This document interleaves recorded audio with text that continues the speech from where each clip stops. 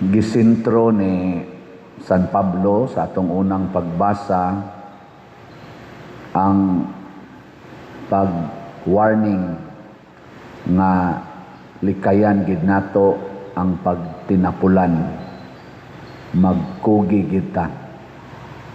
Pingya imong tupad ing na kugihan ka. Kugihan. Unsa maning taong tapulan, dili man na diretso natong sabton na dili mo trabaho. Ang tapulan mo trabaho na, pero gusto gid siya nga naa gyud suhol. Di na siya mulihok basta way suhol. Mao na siya tapulan. Ang kugihan, magsige ra gyud na siya trabaho bisag wa pay suhol. Sige, ligian na sa dangimong tupad.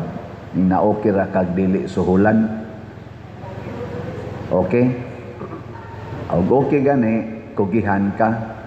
Pero magsige ka gunahunag suhol, tapulan ka.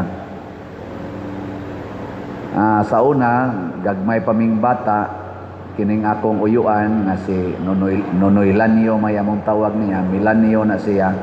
January 6 ang iyang birthday. Nang tulo ka hari.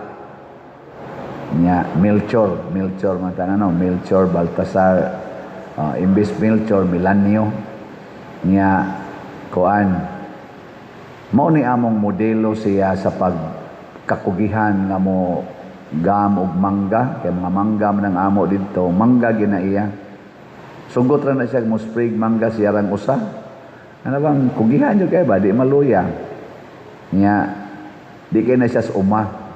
Pero pag edad na niya katong nangamatay na iyang ginikanan, kay sila na minyo sad siya. Mga guwang na sad, abot na siya mga 60, 70 na edad. Diri na siya ni concentrate sa uma. Kaya di naman siya kay kasakag mangga. Niya, hangtod biadtong pagdayon niyang kamatay, pwerte lang yapon niyang kugiha dito siyang uma. Wa man to siya masakit. Wa gito magmuo nga naa siya sakit. Wa sa to ginamo madag ospital. Nya di gito siya maghisgot nga naa siya sakit kay lagsik mo sad siya. Muinom man lang gyapon, mabito to ang among gasa niya, kulapo, tanduay. Kay mlipem kay siya na. Pero matud pa sa akong maguwang, gidadaan siya tanduay sa iyang bana sa iyang apo na akong pag-umangkon didto wa na kuno mainom atong mga pila ka adlaw nga gitagaan siya to sa iyang hono sa iyang drawer sa iyang cabinet. Wa na mahilabti. Wa na tingali to, kapoy na tingito lawas niya to. Pero wag gid siya magsulti-sulti nga gikapoy siya.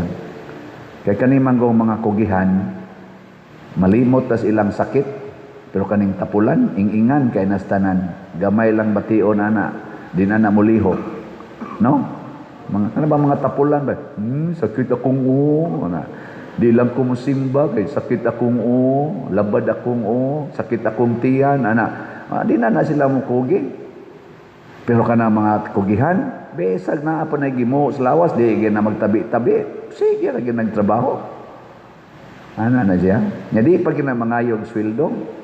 Kami dito mga mag-uuma, anad magin mi ana nga way ang uma gani mo trabaho kas uma di man kasuhulan. Imo ding suhulan imong kaugalingon, magkaingin ka, magguad ka diha, nanom, spray kag mangga, tibok adlaw kag spray wa kay suhol, nangandoy lang ka nga mubunga unta niya mahalin. Mao na ang modelo sa kugihan kana mga mag-uuma, mga mangingisda dili man na mangayog suhol. Sige ra mo nagpangisda, gikas kadlawon hangtod lang na hayag tibok adlaw, di man na gahuat mo lang nagnay makuha, di ba? Di man na sila maningil suhuli ko kay perti na kong pangisda. O na nindot ang kinabuhi sa kugihan. Og tungod ani usa sad siya nakatampo nako sa pag-graduate na kog college kay perti magitaong lisura namo didto. Magtinabangay na sila hatag na kog sinsiyo.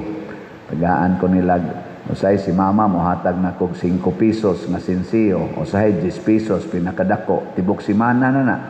Niya mo tampo sa ning ako mga uyuan, iyaan, ang agianan naman ilang balay kay silingan naman ni mo puno sa hatag og 20 usahay. Lipay na kay ko nagmabot 20 usahay sa 70 pesos ana. Ako nang dadon mo na sila magtinampuhay. Mo nang pagkapari nako buhong gina sila mo nang karon namatay kay nabuhong man. Og kugihan sa kayo mo arig kapilya kana kung iyaan rong buhi pa si Nini Dulce maguwang anang Nonoy Lanio mga 88 naman tayong edad anang Nini Dulce mo gina among katikista dito sa bukid tanan kami kan Mr. Nara naman simba mga next generation naman anamo hangtod na las mga apo nako mahog og apo nako mao lang yapoy mo katikista na among iyaan karon buhi pa pero galisod naglakaw bawog na kay glawas. Mao na sigihan ako hilog. Mao manoy buhi. Kani akong uyuan kausaran na nako nahilugan kay sige masag inom na hubog nag kausa nga grabe-grabe pagkahubog ni uli ni saka atong tungason gikas iyang giimnan nga ilang giinoman tangason man ngadto padong sa babaw saka siya dito pag-abot sa babaw matud pa niya ni huyatid kuno siya murag nilantaw ni ginhawa siya nalipong naligid mga hapit ito moabot mga 10 meters tingali yang naligiran dito ra sad siya ni honong sa tugkaran sa ilang giinuman. Auto galisod naglihok gitawag ko kay hilugan 80 na edad niya to mga 80 o hapit na to 80.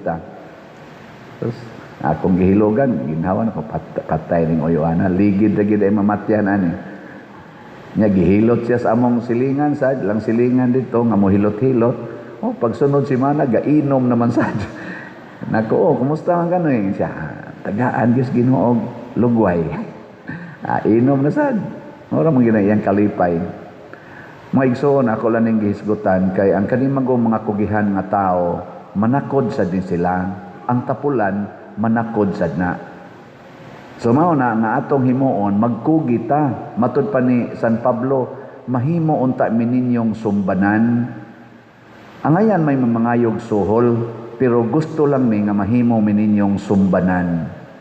So usa sa akong mga models kana si Nonoy Lanio kanas Nini Dulce grabe kakugihan mo arig simbahan. Lakaw waris Guadalupe mo tambong og misa ngadtos babag tambong sa Legion of Mary hangtod naghimo na gid siya Legion of Mary dito sa amo mga 10 years old pa ko ato mga 1970 71 73 unya kami mo'y unang ako o sakos mga unang member Legion of Mary Junior Presidium Auxilium Christianorum mga among presidium ato o gikan ato 10 years old ko hangtod karon Legion of Mary gyud ko anas Nini Dulce mo nay gakuan mubaktas nagbukid tagpila ka kilometro lakaon mauli na sa amo tag alas 8 na sa gabi murang usa maglakaw ng bukid perting kuana perting ngita kugihan og nahimo silang sumbanan pagkadako sa nako mga 18 years old 20 years old ako say leader sa amo sa youth anang kiwayo namo dasad mi og kana ganing naghimo ming choir mga 1985 magbaktas pod mig unom ka kilometro kada Domingo gikas amos bukid humag meeting sa Legion lakaw de mingaris Guadalupe ngadto Langob sa Guadalupe adto mi mo kanta dito sa choir alas 4 sa hapon ni kahumas misa lakaw na sa migbalik 12 kilometers gid among lakawon kada Domingo itong panahon na kugi ba ako sad karon sa akong pagkapari, wa gyud ko ni declare og day off. Wa ko'y day off. Sukad ko na ordain hangtod karon 22 years na ko kapin, wa ko'y day off. Ngano man kanunay na kong basihan ang akong pagkamag-uuma. Wa mi day off sa uma. Ang Domingo dili mi mo trabaho pero mangahoy lang gyapon. Dili kami ngong day off ba? Di lang mo adto sa uma kay ngilad, ngilad na kay Domingo ron. So, mga igsoon, ang kakugihan, maunay makapalambo sa kinabuhi. Kumusta mang ato ro mga leader sa simbahan o sa gobyerno din sa tong nasod? Kugihan o tapulan ang kadaghanan? maglabi na gani ang tapulan, mag-anam sad ka hugno ang katilingban. Ang mga leaders ba, maglabi gani ang tapulan, magkahugno ang katilingban. Pero kung ang mga leaders, mga kugihan, sa ato pa, mo trabaho, bisag way suhol, dili mga igsuhol, mag-anam yung kanindot ang katilingban. Sa atong nasod karon, ang korupsyon porting kusuga. Trillions, matod pa sa deklarasyon sa ato mga analyst sa o mga gipang-reveal sa ato karong mga itawag mga whistleblowers o mga witnesses. Anang gawas na narog maayo na social media. Nganong naaman ng korupsyon, kay ang ato mga leaders gusto lang mo trabaho o niya dako gyud ang income. Niya ang uban pag nila dili mo trabaho pero naay income mo na gitawag og ghost projects. Apil na sa dinisimbahan, magyaw-yaw ang pari basta gamay ang kolekta. Masuko kung dili kaabot sa stipend nga giset or sa bayad sa sakramento. Mao ni mga tapulan. Ngayon sa may mahitabo, lusno ang katilingban. Pero kugihan, ang mga tao nga nasakop sa pang katilingban, kuan man, lungsod, syudad, probinsya, or nasod, mulambo gina. Tanaw bitaw nako sa kanang mga naamanas AI, i-search lang ninyo. I-search diya na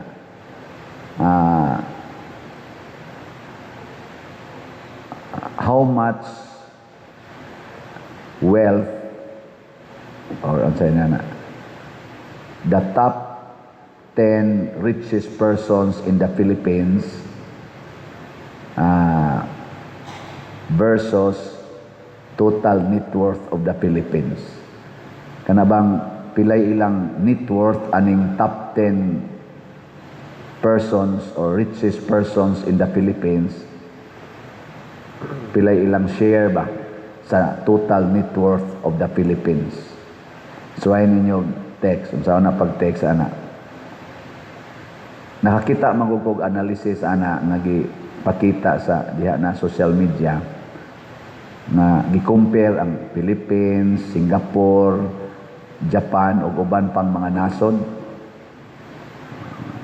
So ilan niya yung verify og sakto ba ni? Ang sa Philippines kuno, ang top 10 richest persons maoy naggunit sa kaning 64 or 60% sa total income sa nasod kada tuig. 64%. Napura ka tao ang nag-control anak.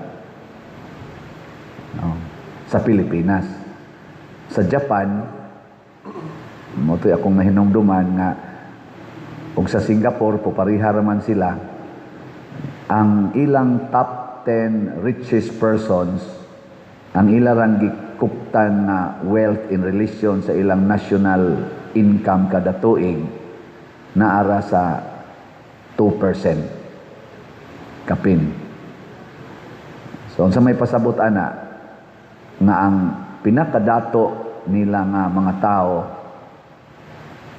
wa magpahimos sa ilang national income, maayong pagka-distribute ang mga 98 or mga 98% sa ilang income na distribute sa katawhan. Sa ato, ang napo katao mo'y nagkupot sa mga 60% kapin, ang 40% mo'y gi-share sa katawhan. So dako kay diferensya. Muna sa ato dinis Pilipinas, makita nimo nga dunay mga bilyonaryo nga portig yung datua nya naa sa tay daghan kaayo nga hapit di kakaon og way mga balay.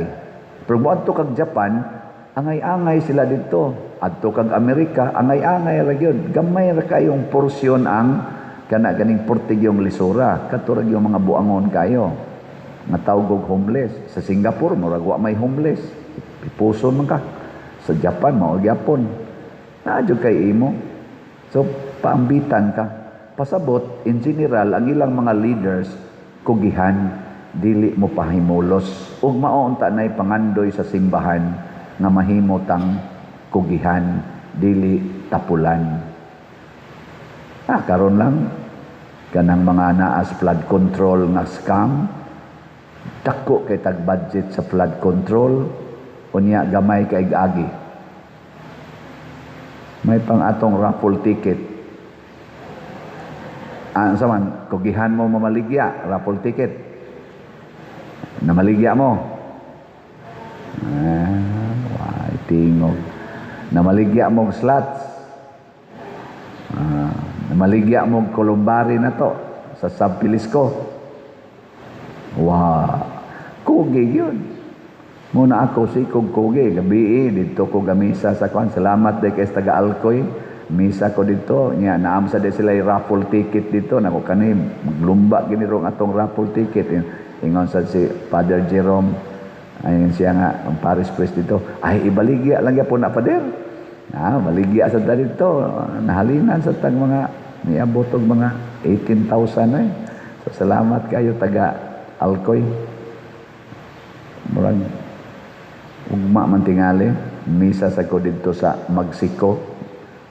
Layo-layo na ba nada bukid sa San Fernando. Ambot Makapaldo baka ta dito.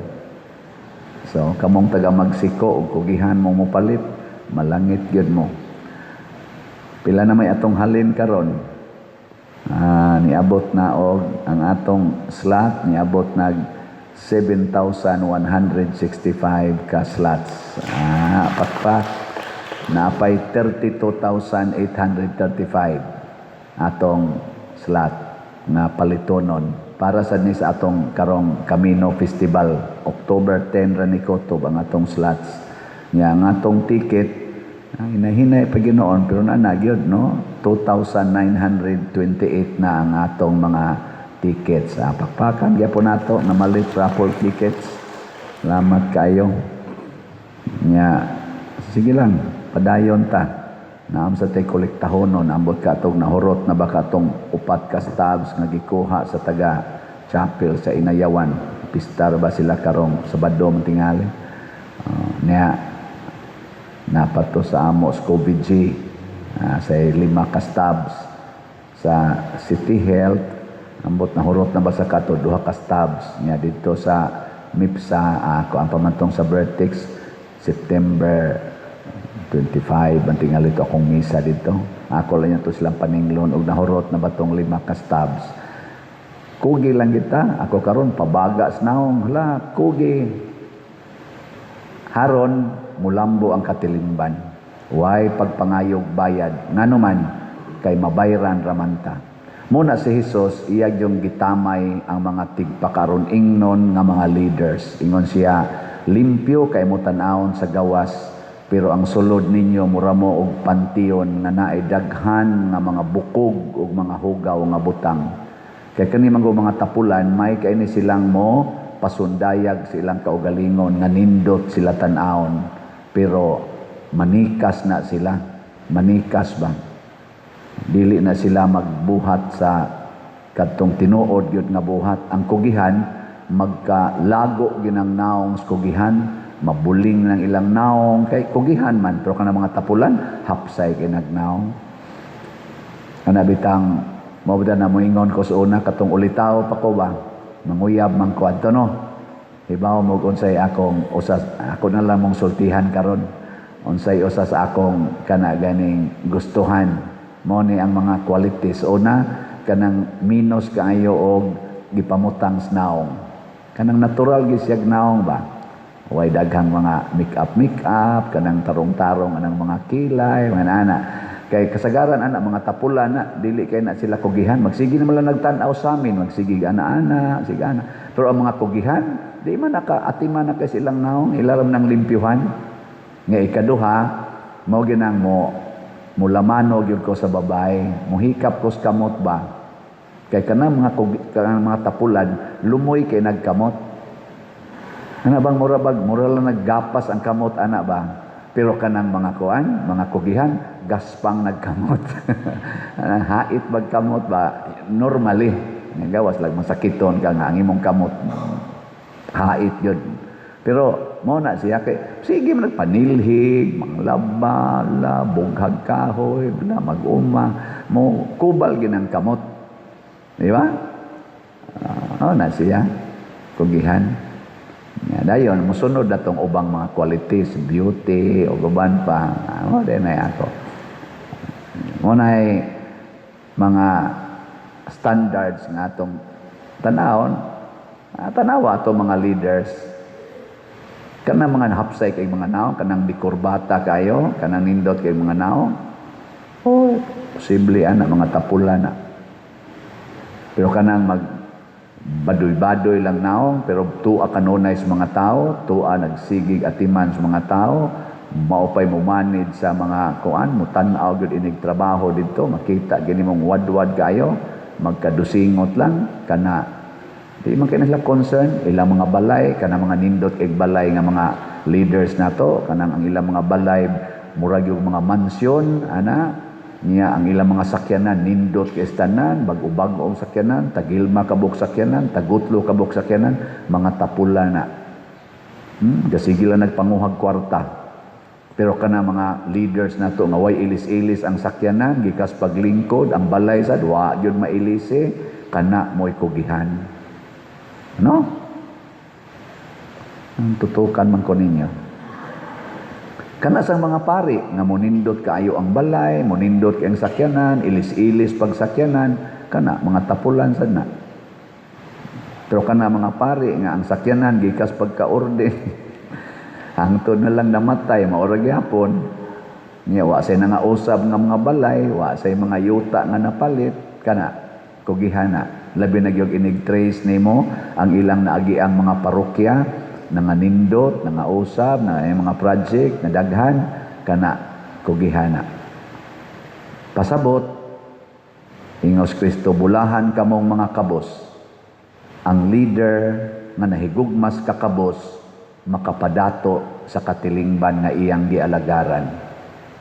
Ang leader nga nangandoy nga madato, mangawat sa katilingban nga iyang gialagaran. Munang ningon si San Pablo, likay gid ninyo. Mauna na ang tigpakaron ingnon. Matod pa ni Hesus diri sa atong ebanghelyo, pagkaalaot ninyo. Inyong gipamatay ang mga propeta. Kay kani mga tapulan ug imo nang sawayon, magpakapropeta kanila, imo silang badlongon, patyon ka, ipapriso ka, ug leader nas nasod, ipa-impeach ka kung magsigi kag yaw-yaw. Ipa-impeach ka, pahilumon ka. Kaya ka na mga tapulan, alingugmuga na sila nga imong sultihan sa kamatuoran. Alingugmug na para nila. No? Dihalaron ay hearing sa Senate, nisikat na sad karon ang mga lawyers dito sa prosecutors o katong mga senador, judges nga pabor dito speakers, ang mga bakba, kusog kay muyaw-yaw og stupido, Senador Rapi Tulfo mating ito. Sikat kay narong iyang stupid. You are stupid. Ingnan niya ang witness. You are stupid. In the context nga naa kay blind o tatong sa to blind loyalty. Nisulti ra ang witness nga mao ni niya. Ilang inong stupid. Napay mo ingon nga that is a scam. Siya mo'y architect niya gidili man na sa kanang mag-prosecute pa kadili man kamot. Conclusive naman namin sa this is a scam. This is kasinungalingan. Sige, ila dyan ang isulti kay para lang pagdaot sa dungog sa tao. Dili pagpapresentar sa ebidensya. Kung dili ang pagdaot. Kay nahibaw man sila nga gisult na sikat kayron sila social media. Ila dyan isulti. Bahala na gidili na sa ilang legal kanang kuan, rule na kung mag-prosecute ka, ebidensya mo imong sintrohon dili ang gi-accuse aron ang ebidensya kung mosulti nga siya guilty then convict the accused dili nimo i-convict na bisan ang ebidensya wa pa mosulti nganla nilag scam tungod lang ana mga piatos kana mga inana sa liquidation. Unya di nila ipatawag nga gisigihag mention si Colonel Lachica matud pa aning witness kato Gina Acosta. Si Colonel Lachica akong gitagaas kwarta, dili ang vice presidente, si BP dili siya katong DepEd pa siya. Pag withdraw na ko sa kwarta, gihatag nako ni Colonel Lachica kay siya na ni-distribute. Wa nila gipadawag karon, ambot ipatawag ba hinaot pa unta. Si Colonel Lachica nga mao gyud nag-distribute sa confidential fund. Wa may gisulti nga ang confidential fund pag withdraw nako sa bangko akong gihatag ni BP Sara. Yes, BP Sara akong nadunggan nga iyang gihatag ni Colonel Lachica. Wa ang confidential fund gikan sa ilang katong disbursing officer iyang gi-withdraw sa bangko kas land bank nagihatag niya ni Colonel Lachica kinsay head sa maoy head sa security sa BP. Wa kaabot kamot sa vice presidente og tawgon to si Lachica, Colonel Lachica mao to'y mosulti o pagkadawat nako didto nako gideliver sa kwartos or balay sa VP presidente aka na posible na no pero naay mga 18 Marines kadtos Gutisa ningon siya nag-deliver kog mga malitang kwarta didto sa Malacañang didto sa house ni Martin Romualdez. Wa gyud hinuon tawaga. Wa gyud imbestigahan nga klaro jud to na picture, na pagi date, na pagi time. Ila jung gideliver ang kwarta nga gisod sa malita dito kadto imbestigahon kay kadudahan to. Ngano wa man imbestigahe? Kauban Manila. Nganong kining ni ang wa gyud gani delivery kwarta. 18 days na ang hearing, wa pa gyud niingon nga gi-deliver namo ang kwarta ngadto sa vice presidente. Nganong sigihan man jud imbestigar? Tungod kay threat sa ilang katapulan, makabulgar sa ilang pagkatigpakaaron ingnon. Ang Ginoo nasayod na ni ana. Muna sa atong tubag sa Salmo, unsa to? Bulahan sila nga mahadlokon sa Ginoo. Ug di na ta mahadlok sa Ginoo, mahimo gid tang tapulan og tigpakaron ingnon. Pero mahadlok ta sa Ginoo nga nagtan-aw kanunay nato, mahimo gid tang honest, kugihan ug kamaong moalagad